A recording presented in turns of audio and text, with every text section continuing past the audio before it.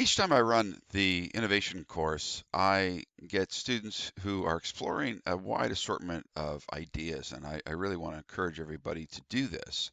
And one of the more common questions that comes up with respect to the innovation plan is, I'm thinking of using this piece of software, or I'm going to be using this program, or this math tutorial, or this reading tutorial. So, for example, and this is an actual example that I've received, and these are good ideas if you actually make them work in another context. Let me just explain. So, IXL is a site which offers tutorial-based, we would refer to them probably as drill-based resources for learning. There's a diagnostic component, analytic components. Some people refer to this as personalized instruction, individualized instruction. Computer-aided instruction is what I would refer to it from an older perspective. And these are tools that allow people to uh, give students drills, right? Drilling activities. And so, in dealing with math and reading and things like that, a certain amount of drilling can be useful. So these can be useful tools. They can be useful tools if they're used properly. Another tool that some people had asked about, reflex math, for example, is this a good tool? Can I use this? Can I build my innovation plan on implementing just this? No, you can't build your innovation plan on implementing just this. But if you use this as part of your innovation plan, and let me explain how this will work, it can be a useful tool. There's other programs. So Dreambox is another tool. Many students talk about Edgenuity. There's a variety of different tools, whether it's courseware or UpSmart in terms of helping students to improve. So these are very, very common tools. All these drill-based activities, these drill-based computer-aided programs can be useful if they're used within the context of a blended learning environment or within the notion of some aspect of project-based learning. The reason that this is important is that these are not standalone innovation tools. And actually, the research is pretty clear. These tools do not improve scores. They really do not work if this is all that you do. It has to be within the context. The reason I'm going to show you that is that there's a fair amount of research on this notion that shows that math software doesn't improve test scores if it's only used. It has to be used within the context of using math to explain the world. It has to be used within the context of using math in a blended learning environment. So you have to actually look at using this as one small piece of a bigger learning perspective. Be careful. These are what I would refer to as quick fixes. Okay, and there's a fair amount of research to show that they don't work. And there's a book that I want everybody to take a look at, or a chapter that I'm going to make available to you all, and this is on my research site. So Dr. Thibodeau and I, and actually one of our former students, wrote a chapter that was published here just a couple of years ago about learning all the time and everywhere, moving beyond the hype of the mobile learning quick fix. So mobile learning is something that I was involved in several years ago, and it's often used as a quick fix. iPads, one-to-one, these are quick fixes, okay? Math programs, these are all quick fixes. These are quick fixes because yes, we're going to apply them, they're going to do all the work for us, and poof, miraculously things work. Well, you know what? The research that we've looked at has shown that these don't work. Don't necessarily take my word for it. There's a lot of people looking at individualized instruction and personalized learning, and these are just alternative ways of controlling the learning environment. So I'll be including these types of links.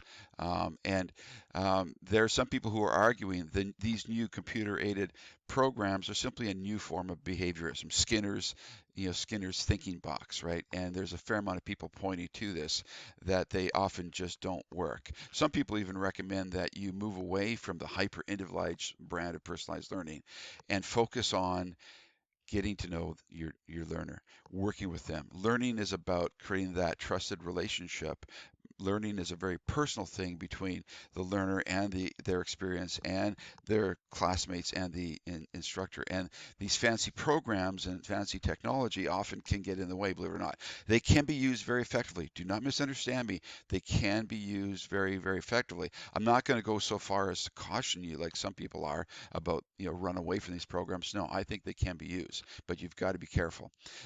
We've got a post here on personalized learning as well, where Dr. Thibodeau and I talk about this. But there's some very significant cautions that we're going to point to. Now, so you're looking at things like personalized learning, these math programs, these reading programs. Sure, great. Yes, they can be used in a blended learning context or a project-based context, but you've got to focus on a bigger, broader perspective. But there's other questions. Well, Dr. H, I'm going to do an iPad initiative. I'm going to do a one-to-one iPad initiative. And again, these are great ideas, wonderful ideas, if they're done within the context of a learning environment, right? They do change the way that you teach, but you've got to be very, very careful that you don't allow the tool to force you to change the learning. You need to focus on the learning first and then use a tool to enhance the learning. It's a very subtle thing. Learning drives the use of the tool, not the other way around. Apple and other companies, Google, they're selling products. Remember that. Their goal is to sell products. They sell devices. They want to get as many devices in students' hands as possible. And listen, I am doing this on an Apple high-end MacBook. I have every imaginable piece of Apple equipment, my iPad, my iPhone. I have Android devices. I have more tools and technology than most people. I've been doing this for decades. I am probably one of the largest advocates of technology. But technology has to be a tool that supports the learning. So if you're looking at doing a one-to-one initiative, well, guess what? Your primary focus is the learning. Because if you're not careful about these one-to-one initiatives, there's people like Alan November who point to the fact that, you know what? These tools can become $1,000 pencil. Okay. So if you're just simply modifying traditional worksheets and putting them into a Google form, it's still a worksheet, and you're adopting these $1,000 pencils. So I'm not the only one to caution you on this. You are going to be reading this article in the third week about why schools must move beyond one-to-one computing, and the focus of this article is it's about the learning first. It's about the projects. It's about the blend. It's about the learning. It's setting up the learning environment, setting up problems that students can solve. It's about giving students choice, ownership, and voice. If you move down that path, you have the chance to be very, very successful. And if you're not careful about that, there's a lot of research to show you could be wasting a lot of tech dollars. There's an enormous amount of research, that, and again, I'm going to give you links to all these. So this is pretty clear when we take a look at different research organizations. OECD has shown that, yeah, you know what, students use computers frequently in school do a lot worse in most learning outcomes. What? How can that be? Yeah, actually, they don't really help that much.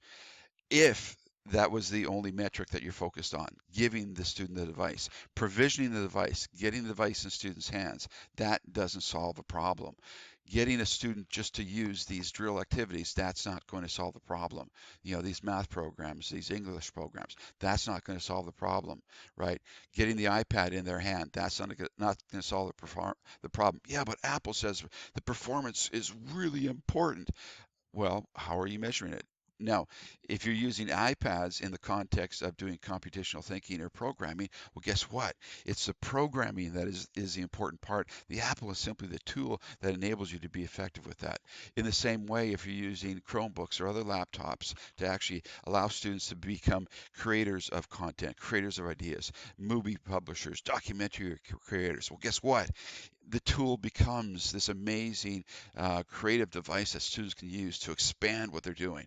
So remember, it's the learning that drives the activity. So to summarize, don't get caught up in $1,000 pencils like Alan November is cautioning you. Don't get caught up in these programs. Now, these programs are great, but you want to do them within the context of a blended learning scenario, project-based learning, and a variety of other learning focuses. Okay, so if you want to use these tools, and I'm completely in favor of you using these tools, do so within the context of blended learning as the first step. Maybe project-based learning, maybe problem-based learning. There's a variety of options that you do have. So again, explore these tools, explore the one-to-one, explore the Chromebooks. Yes, do it. This is great, but be careful. Don't waste time, effort, and energy just focusing on the technology. You got to focus on the learning. That is a priority. Technology is not a quick fix. These tools aren't quick fixes. So don't fall into that trap. So again, I'm repeating myself. I apologize. Great ideas, but be careful. Focus on the learning and get these tools to support the learning. And then I think you've got an opportunity to do a really cool innovation plan.